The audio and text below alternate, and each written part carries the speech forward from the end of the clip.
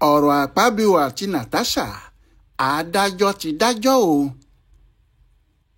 ìdájọ́ alábala méjì ni adájọ́ Binta Nyako ti ilé-ẹjọ́ gíga ìlú Àbújá dá lọ́jọ́ Ẹtì Friday ọjọ́ 4 oṣù keje 2025 yìí lórí ọ̀rọ̀ olórí ilé ìgbìmọ̀ asòfin Godswill Akpabio àti ọ̀kan nínú àwọn obìnrin tó wà nílé ìgbìmọ̀ asòfin ọ̀hún sẹ́nẹ́tọ̀ Nasata Akpoti-Uduaghan.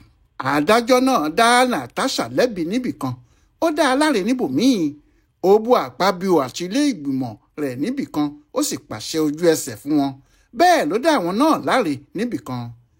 adájọ́ dá Natasha lẹ́bi pé ó rí ilé ẹjọ́ fín bẹ́ẹ̀ ló sọ fáwọn Akpabio pé wọn kò lẹ́tọ̀ọ́ láti lé obìnrin sẹ́nítọ̀ náà kúrò nílé ìgbìmọ̀ fún odidi oṣù 6 ó ní ìyẹn ti pọ̀ jù kí wọ́n yáa dá a padà síbẹ̀ kíákíá. adájọ́ ní kí Akpabio má tún sọ irú ọ̀rọ̀ tó sọ yẹn mọ́ pé ilé ẹjọ́ kò láṣẹ láti dá sí ọ̀rọ̀ àwọn nílé ìgbìmọ̀ nítorí ọ̀rọ̀ abẹ́lé fámílì ni ó ní ìyẹn kì í ṣe ọ̀rọ̀ o torí ohun yòówù tó bá ti rí i pé ká fi ẹ̀tọ́ ẹnìkan dùn ún tàbí kákàndéédé fẹ́ jẹ ẹnìkan níyà lọ́nà àìtọ́ ìyẹn ti di human right ilé ẹjọ́ ló sì láṣẹ láti gba ẹ̀tọ́ ẹni tí wọ́n bá fẹ́ fìyà jẹ bẹ́ẹ̀ padà fún un. láti 20 oṣù kejì ọdún yìí tí wàhálà ti bẹ̀rẹ̀ láàrin olórí ilé ìgbìmọ̀ asòfin àgbà yìí àti obìnrin sẹ́nítọ̀ pupa náà ọ̀rọ̀ náà ṣẹ̀ṣẹ̀ fi orí tì sí apá ibì kan pẹ̀lú ìdájọ́ yìí ni.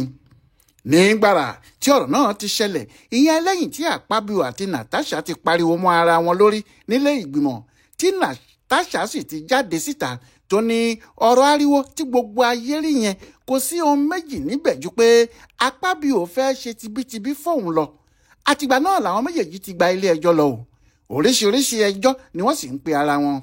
nígbà tí ọ̀rọ̀ yìí ṣẹlẹ̀ tí Natasha rí i pé àwọn aṣòfin ti gbé ìgbìmọ̀ kan dìde tí wọ́n sì fẹ́ máa fi wádìí òun àti pé kò sí ohun tí yóò gbẹ̀yìn ẹ̀ ju kí wọ́n fìyà jẹ òun lọ obìnrin náà sáré lọ sílé ẹjọ́ ní ọjọ́ 1 oṣù kẹta ọdún yìí náà nígbà tó sì di ọjọ́ 4 oṣù náà gan ìyẹn lọ́jọ́ kejì adájọ́ Obiora Egwuatu dájọ́ pé ilé ìgbìmọ̀ aṣòfin kò gbọdọ̀ tí ì ṣe kinní kankan fún Natasha pé kí wọ́n sinmi ìwádìí tí wọ́n ń ṣe títí tí ẹjọ́ tí wọ́n pè yìí yóò fi parí. àmọ́ àwọn aṣòfin kò dúró kò jù bí ọjọ́ 3 lẹ́yìn ìdájọ́ tí wọ́n fi lé Natasha dànù nílé ìgbìmọ̀ tí wọn kò tẹ̀lé àṣẹ tí ilé ẹjọ́ pa náà ní Natasha bá sáré padà sílé ẹjọ́ tó ní kí wọ́n fìyà jẹ Akpabio àtàwọn èèyàn ẹ̀ nítorí wọ́n rí ilé ẹjọ́ fín. àmọ́ Akpabio náà ti sáré lọ sílé ẹjọ́ ó ní kí ilé ẹjọ́ ṣàlàyé ìdí tí wọ́n fi máa dá sí ọ̀rọ̀ àwọn aṣòfin nígbà tó jẹ́ pé kìnínní náà kò sí nínú ọ̀rọ̀ tó kàn wọ́n rárá. gbogbo eléyìí ló wà nílẹ̀ tí ẹjọ́ ń lọ lóríṣiríṣi lórí ọ̀rọ̀ yìí nígbà tí nǹkan míì tún ṣẹlẹ̀ àwọn aṣòfin ló ń tẹnu mọ́ pé ó dìgbà tí Natasha bá tọrọ àforíjì kí wọ́n tó lè dá ọ̀rọ̀ ẹ̀ rò bí bẹ́ẹ̀ kọ́ bí àwọn ti lé nílé aṣòfin fún oṣù 6 yẹn bẹ́ẹ̀ náà ni yóò wà tí yóò máa gbéta níbẹ̀ títí tí oṣù 6 náà yóò fi pé àfi tó bá tọrọ àforíjì lọ́dọ̀ Akpabio tó sì ní òun ò ní ṣe bẹ́ẹ̀ mọ́ láyéláyé.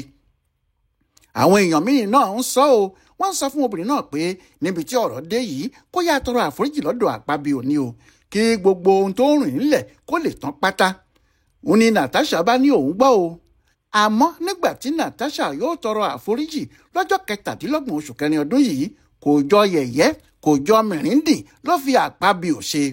ó ní ẹ má bínú o èmi ò mọ̀ pé ẹ̀ṣẹ̀ ni kéèyàn dúró lórí ọwọ́ ẹ̀ pé òun kò ṣèṣekúṣe o n ò mọ̀ pé ẹ̀ṣẹ̀ ńlá ni kéèyàn lóhun ò fi ara òun wọ́lẹ̀ o. ọ̀rọ̀ tó sọ yìí tún ká Akpabio lára ó ní kì í ṣe pé tọrọ àforíjì nìyẹn pé ó kàn fi òun ṣe yẹ̀yẹ́ lójú ayé ni ló bá tún padà síwájú adájọ́ tó ti pàṣẹ tẹ́lẹ̀ pé ẹnikẹ́ni kò tún gbọ́dọ̀ sọ kinní kan lórí ọ̀rọ̀ náà títí tí àwọn ẹjọ́ yìí yóò fi parí. adájọ́ Binta Nyako nìyẹn òun ti dájọ́ tẹ́lẹ̀ lọ́jọ́ 4 oṣù kẹrin pé àti Akpabio àti Natasha o ẹnikẹ́ni kò gbọ́dọ̀ wí kinní kan lórí ọ̀rọ̀ náà mọ́ láyé fáàbàdà àfi nígbà tí òun bá tó parí ẹjọ́ tó wà níwájú òun lórí ọ̀rọ̀ wọn. nígbà tó sì di ọjọ́ 9 oṣù karùn-ún ọdún yìí Akpabio sọ fún ilé ẹjọ́ pé kí wọ́n ní kí Natasha sọ kinní náà kalẹ̀ lórí ayélujára ìyẹn ọ̀rọ̀ tó fi pa òun ní mìrìndìn tó fi ṣe yẹ̀yẹ́ òun. ohun tí adájọ́ náà fi wá dá Natasha lẹ́bi báyìí nìyẹn o ó ní àṣẹ tí òun pa níjọ́sí pé kò tẹ̀lé adájọ́ Binta Nyako ní òun pàṣẹ pé ẹnikẹ́ni kò gbọdọ̀ sọ kinní kan lórí ọ̀rọ̀ náà mọ́. Òun Natasha wá ń lọ fi Akpabio pa mìrídìn. Ó ní orí ilé ẹjọ́ òun fi ni. Ìyẹn ló ṣe ní kí Natasha san mílíọ̀nù 5 náírà owó ìtanràn kó sì tọrọ àforíjì nínú àwọn ìwé ìròyìn 2 ojoojúmọ́ ilẹ̀ wa tó lórúkọ. Ṣùgbọ́n adájọ́ Nyako bá Akpabio náà wí o.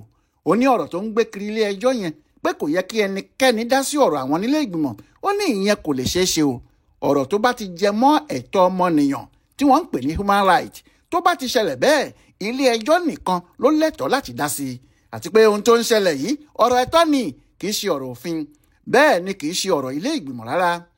Adájọ́ yìí ní Akpabio lẹ́tọ̀ọ́ lábẹ́ òfin láti pàṣẹ fún Natasha kó jókòó síbi tí òun olórí ilé ìgbìmọ̀ náà bá fẹ́. Bẹ́ẹ̀ ló sì láṣẹ láti fìyà jẹ ẹni tó bá ṣẹ̀ ẹ́. Èyí ni pé kò sí ohun tó burú nínú ohun tí Akpabio ṣe nídìí ìyẹn. Àmọ́ kinní kan wà tó burú. Ìyẹn náà ni pé adájọ́ náà ní aṣòfin ni Natasha. Òun kọ́ ló rán ara ẹ̀ wá. Àwọn kan lòun náà wá aṣojú fún.